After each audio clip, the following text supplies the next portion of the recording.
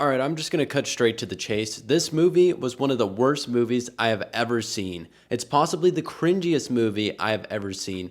Definitely the worst sports movie I have ever seen, and probably the worst sports movie ever made. I'm not even sure how they got an all star cast to be in such an awful movie. Film number 96, The Love Guru, an American romantic comedy directed by Marco Schnabel as his directorial debut. Written and produced by Mike Myers, and it stars an all-star lineup with Mike Myers, Jessica Alba, Justin Timberlake, Romany Malco, John Oliver, Ben Kingsley, and more. Even Kanye. The film follows Pitka, Mike Myers, a guru who's tasked with revitalizing the Toronto Maple Leafs hockey team.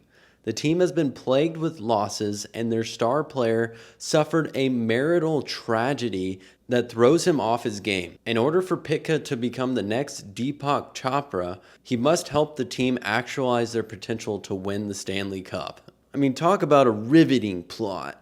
The Love Guru was a financial failure. It grossed 40 million on a budget of 62 million. It actually won 3 Razzie Awards, including Worst Picture, and apparently derailed Mike Myers' career. What's funny is Mike Myers apparently came up with this idea of the character of Guru Pitka in the mid 1990s, and he had been workshopping and working on this character for literally a decade plus, and I just can't believe that he thought that this was going to be a good character, like that this was going to be funny. Myers began workshopping the character in New York comedy clubs in 2005, and the movie The Love Guru was in part inspired by Mike Myers' career-long desire to make a hockey movie. And he's also a fan of the Toronto Maple Leafs and described the film's plot as a wish fulfillment, saying that I figure the only way that my team will win a cup is if I write it. I mean, that's the most realistic thing that I've heard about this movie. This movie really makes me wonder how they get such a big budget and then they go and make some trash like this. Like,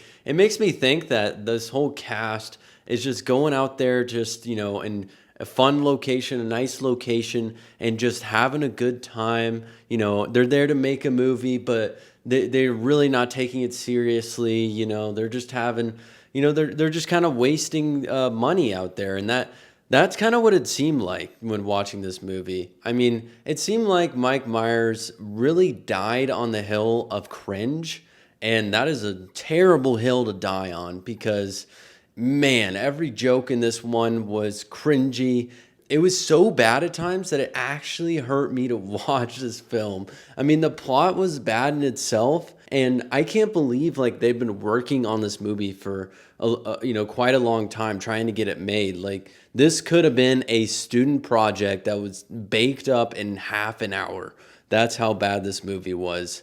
I would expect a comedy like this one to be funny at points in time in the movie, but there really wasn't a single time when I watched this film where I found myself even smiling. I mean, it was just a really hard watch, really awful one to get through. Thank God it's a short movie. It's an hour and a half, but it was really just a cringy, painful experience watching this movie. And a comedy's supposed to be funny, and even if it's a bad movie, they can still be funny.